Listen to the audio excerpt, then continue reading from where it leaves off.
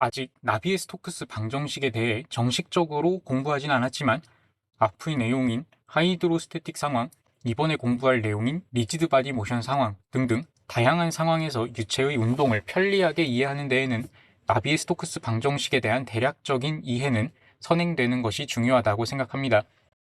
그 유명한 나비에스토크스 방정식의 본질적인 의미는 알고 보면 생각보다 단순한데 유체에 작용할 수 있는 세 가지 종류의 힘, 중력, 압력, 그리고 비스코시티, 점성에 의한 힘을 나열하면서 F=ma 기반의 형태로 공식을 만든 것일 뿐입니다. F=ma의 양변을 부피, V에 대해 미분해주면 ρa가 되는데 이것이 나비에스토크스 방정식의 실체입니다. 이 같은 공식의 꼴에서 아직 제대로 배우지 않은 비스코시티 텀은 일단 지금은 무시하면 되고 유체가 가속하지 않는 하이드로스태틱 상황에서는 A를 0으로 설정하면 됩니다. 이 경우 전체 공식의 형태는 ρg 마이너스 델 P 이퀄 0, 즉 델 P 이퀄 ρg가 됩니다. 만약 유체의 가속 운동까지 반영하고자 한다면 방금 0으로 설정했던 로우A 텀을 다시 반영시키기만 하면 되는데 이 경우 전체 공식의 형태는 로우 A 이퀄 로우 G 마이너스 델 P가 됩니다. 위의 형태는 앞선 하이드로스태틱 내용에서 활용이 되었고 아래 공식의 형태는 지금부터 활용하게 될 것입니다. 더 진행하기 전에 방금까지 유도한 내용을 딱 한 번만 더 적어서 정리하겠습니다. 나비에스토크스 방정식은 df, dv에 대해 서술한 공식입니다. F=ma이므로 당연히 df, dv 이퀄 ρa입니다. 그리고 이러한 이펙트, 즉 결과를 야기하는 cause, 즉 원인으로는 세 가지가 지목이 되는데 중력 ρg, 압력 차이 마이너스 델 P, 그리고 아직 자세히 배우지 않은 비스코시티로 인한 뮤 라플라시안 V가 있습니다. 세 번째 텀은 결론만 말해서 현재 배우고 있는 내용에서는 별로 중요하지가 않습니다. 따라서 무시하고 시작해도 되고 가속하지 않는 상황에서는 A를 0으로 설정해서 0 이퀄 ρg 마이너스 델 P가 되고 델 P에 대해 정리하면 다음과 같이 표현할 수 있습니다. 반대로 가속까지 하는 상황에서는 ρa 이퀄 ρg 마이너스 델 P가 되고 델 P에 대해 정리하면 다음과 같이 표현할 수 있습니다.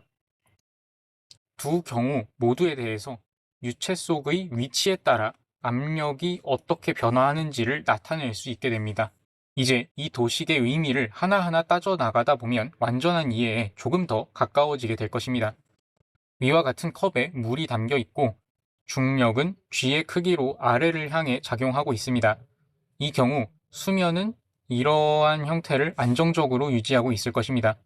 그리고 이 중력의 방향대로 진행하면 진행할수록, 즉 연직 아래 방향으로 이동하면 이동할수록 압력의 크기는 선형적으로 증가하게 될 것입니다. 하지만 이때 컵과 물이 모두 이 방향을 향해 가속한다고 해봅시다. 손에 컵을 들고서 약간 비스듬한 위쪽 방향을 향해 컵을 밀어내는 상황과 같습니다. 그렇게 된다면 상식적으로 수면이 이러한 굵은 선과 비슷한 형태로 변하게 될 것임을 짐작할 수 있습니다. 차량이 전방을 향해 급가속하면 탑승자들의 몸은 후방을 향해 잡아당겨지는 느낌을 받듯이 우리가 유체를 A의 방향으로 가속시키면 유체와 함께 이동하는 관찰자가 보기에는 A 벡터의 반대 방향으로 가속하는 것과 같은 운동 양상이 확인이 됩니다. 이러한 효과는 도식의 마이너스 A 벡터에도, 그리고 함께 유도한 공식의 A 벡터 앞에 붙은 마이너스 부호에도 잘 반영이 되어 있습니다. 결과적으로 중력만 작용하던 상황에서 유체에 작용하는 가속도의 총합은 G였다면 지금의 상황에서 유체에 작용하는 가속도의 총합은 G-A가 됩니다. 그리고 중력만 작용하던 상황에서 유체의 표면이 G 벡터의 수직인 방향으로 형성되었던 것과 마찬가지로 지금의 상황에서 유체의 표면은 G-A 벡터의 수직인 방향으로 형성이 됩니다. 표면이 얼마나 기울어졌는지를 나타내는 각도 세타 역시 G-A 벡터의 방향을 분석함으로써 쉽게 계산할 수 있습니다. 교과서에 나와 있는 예제가 드래그레이싱 차량 안에 물컵을 가지고 들어갔는데 과연 그 컵에 담긴 물이 넘칠 것이냐 넘치지 않을 것이냐를 판단하라는 문제입니다. 상황은 좀 다르긴 하지만 개인적으로 이니셜 D가 떠오르네요. 일단 문제를 읽어보면 차량의 가속도는 7이라고 하고 중력가 속도에 대한 언급은 없지만 이런 경우 그냥 9.81이라고 두면 됩니다. 머그컵의 재원은 깊이 10cm, 지름 6cm라고 하고 커피는 정지 상태 기준 바닥으로부터 7cm만큼 담겨 있었다고 합니다. 그리고 커피의 밀도는 1010이라고 합니다. 아까 유도한 공식 델 P 이퀄 로 G 마이너스 A를 써두고 시작해 봅시다. 이때 G는 이 방향, 그리고 마이너스 A는 이 A 벡터의 반대 방향인 이 방향이 될 것입니다. 표면이 얼마만큼 기울어질 것인지는 G-A 벡터의 방향을 계산해 봄으로써 알 수 있습니다.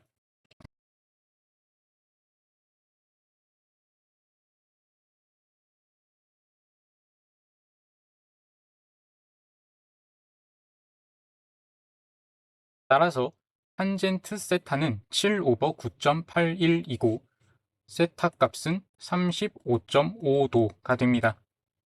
그리고 컵에 담긴 커피의 총 부피는 변화하지 않는다고 보는 것이 합리적이므로 가속도가 작용하기 이전과 이후 총 부피는 변함이 없어야 합니다. 따라서 지금과 같이 커피의 표면이 기울어지는 모습을 측면에서 볼 때 이 삼각형의 면적과 이 삼각형의 면적이 서로 같아야 하고 당연히 이 지점에서의 높이는 변함없이 7cm를 유지해야 할 것임을 알 수 있습니다. 그러면 이제 과연 컵 속의 커피가 넘칠 것인지의 여부를 알기 위해서 3 곱하기 탄젠트 세타의 길이가 3cm보다 큰지 작은지만 확인하면 끝납니다.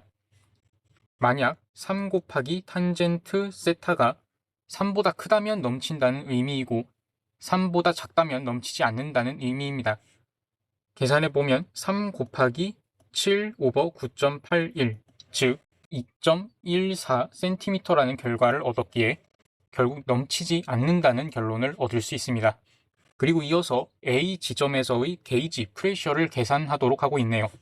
유체 속의 압력은 G-A 벡터의 방향으로 이동할수록 선형적으로 증가하고 그 압력 변화의 크기는 아까도 적었던 델 P 이퀄 로 G-A 공식을 활용해서 계산하면 됩니다. 우선 G-A 벡터의 크기는 피타고라스 정리를 활용해서 9.81의 제곱 더하기 7의 제곱의 스퀘어 루트, 즉 12.05m/s 제곱이 됩니다.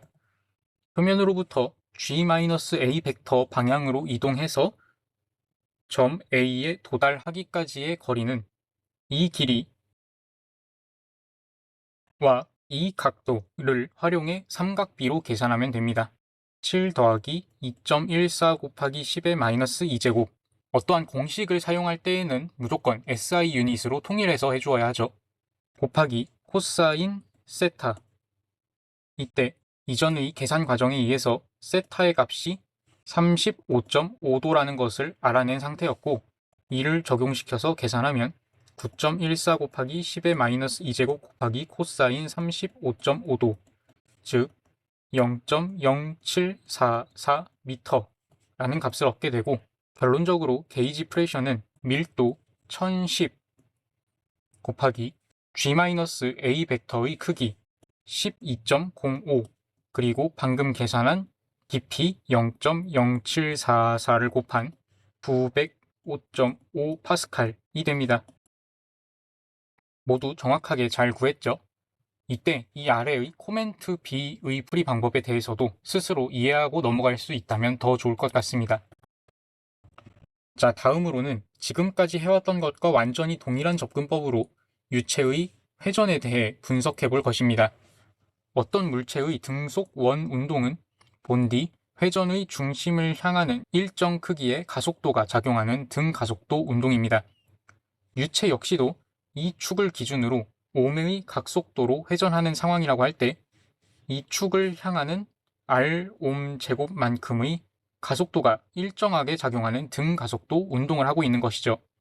앞서 등장한 상황에서는 모든 위치의 입자에게 있어 가속도의 크기가 항상 동일했던 것과는 다르게 이번 상황에서는 가속도의 크기가 회전축으로의 거리에 따라 달라집니다. 이는 곧 g-a 벡터의 방향 역시 회전축으로부터의 거리에 따라 달라지게 됨으로써 그림과 같이 연속적으로 기울기가 변하는 프리 서페이스가 형성됨을 의미합니다. 우리는 지금부터 도식의 맨 위에 좌표계가 이렇게 표시되어 있듯이 실린드리컬 코디네이트를 활용해서 분석을 진행하겠습니다. R, Z, 그리고 세타 중에서 세타에 대해서는 분석하는 의미가 없고 R축 방향, 즉 I 햇 방향과 Z축 방향, 즉 K 햇 성분에 대해서만 분석하면 됩니다.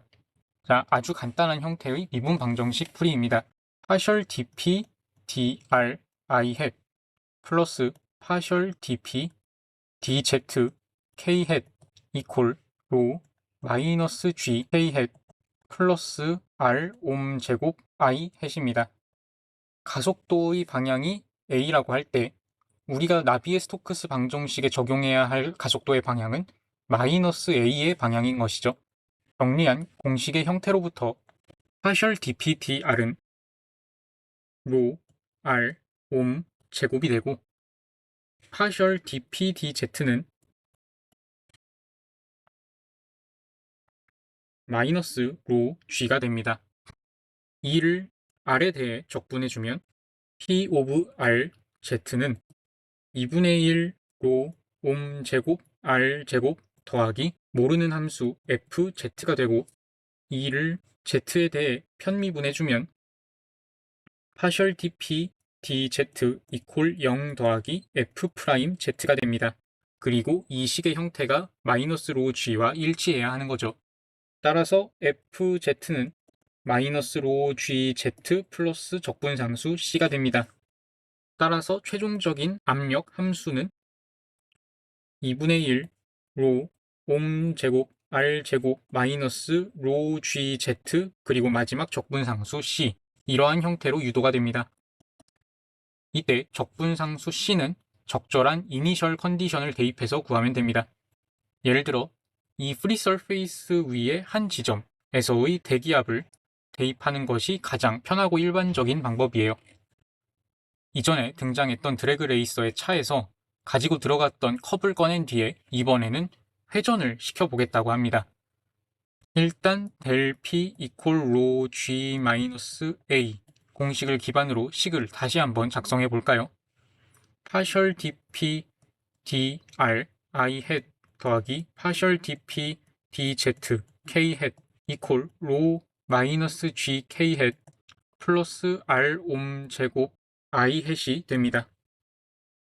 파셜 dp dr은 로 r 옴 제곱이 되고 파셜 dp dz는 마이너스 로 g가 됩니다. 아까는 파셜 dp dr 식을 먼저 r에 대해 적분하면서 시작했었는데 이제는 반대로 파셜 dp dz 식을 z에 대해 적분하면서 시작을 해보겠습니다. 당연히 결론은 같을 겁니다. p 오브 r z는 마이너스 로 gz 더하기 모르는 함수 fr이 될 것이고 이를 다시 r에 대해 편미분해주면 파셜 dp dr 이퀄 0 플러스 f 프라임 r이 될 텐데 이 식이 로 r 오메가 제곱과 일치해야 한다는 것입니다.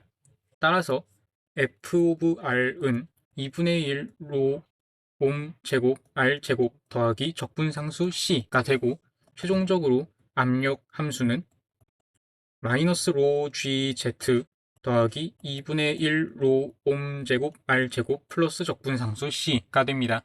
이제 적분상수 c 값을 결정하기 위해 어떠한 이니셜 컨디션을 대입해 주어야 하는데 문제에서 이야기하기를 컵의 가장자리에서 커피 표면이 끝까지 올라가도록 하는 앵귤러 벨로시티를 구하라고 요구하고 있네요. 그리고 이때 저도 당시 공부하면서 처음 알게 된 내용인데 파라볼로이드 형태, 즉 포물선을 이용해 만들어지는 지금과 같은 3차원 도형의 부피에서 이러한 특성이 존재한다고 합니다. 실제로 식을 직접 써가면서 증명해 보니 진짜 그렇더라고요. 자, 원래 컵에 커피가 7cm만큼 차 있었죠. 가장자리에서는 7cm에서 3cm만큼 높이가 상승한다고 할 때 기존의 총 부피가 보존되어야 하므로 회전축에서는 7cm에서 3cm만큼 높이가 낮아져야 함을 알 수 있습니다. 따라서 우리가 대입할 수 있는 이니셜 컨디션은 R이 0이고 Z가 0.04인 곳에서의 압력이 대기압 PA가 되어야 한다라는 정보입니다. 그리고 이 이니셜 컨디션을 대입한 다음에 이 지점, 즉 R이 0.03이고 Z가 0.10인 곳에서의 압력 역시 PA가 된다 라는 방정식을 미지수 옴에 대해 풀이하면 문제의 조건을 충족하는 앵귤러 벨로시티가 얼마인지를 구할 수 있겠죠.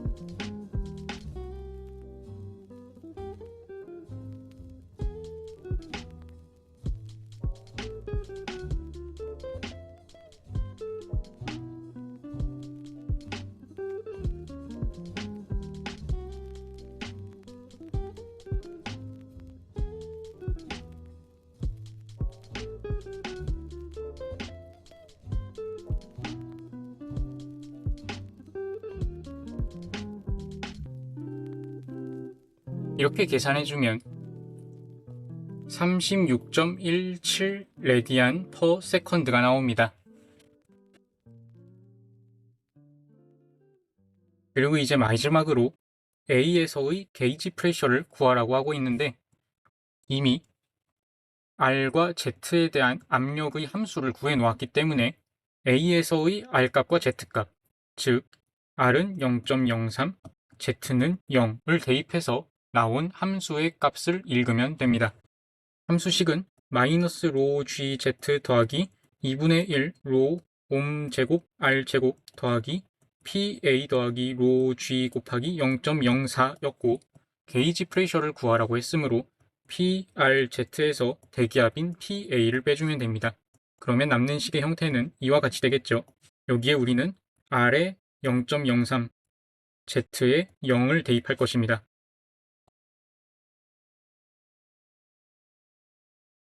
그리고 여기에 로우는 1010, G는 9.81, 그리고 옴은 아까 계산했던 대로 36.17을 대입해주면 990.9 파스칼이 나오게 됩니다.